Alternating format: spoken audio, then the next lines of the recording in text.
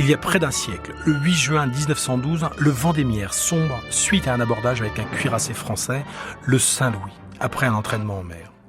Aujourd'hui, l'épave du Vendémiaire reste introuvable, bien que le service hydrographique de la marine la situe dans le nord-ouest de la Hague, par une 60aine de mètres de fond. Personne ne peut prétendre avoir plongé dessus. J'y ai moi-même traîné mes guêtres de nombreuses fois, mais n'ai jamais eu le moindre écho dans le secteur. De plus, les pêcheurs travaillant au casier pour les uns, mais aussi au chalut pour les autres dans ce coin, ne m'ont non plus rien rapporté comme information intéressante, pouvant déterminer la trace d'une éventuelle épave. Il est fort probable que le point indiqué sur les cartes ne soit que le point de l'abordage fourni par le Saint-Louis.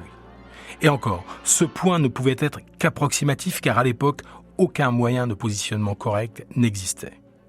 Pourtant, lors d'une mission de relèvement, nous avons passé puis repassé dans le secteur, à l'aide de tous les moyens de détection, mais rien, toujours pas de sous-marin. À moins que nous n'ayons pas cherché dans le bon coin.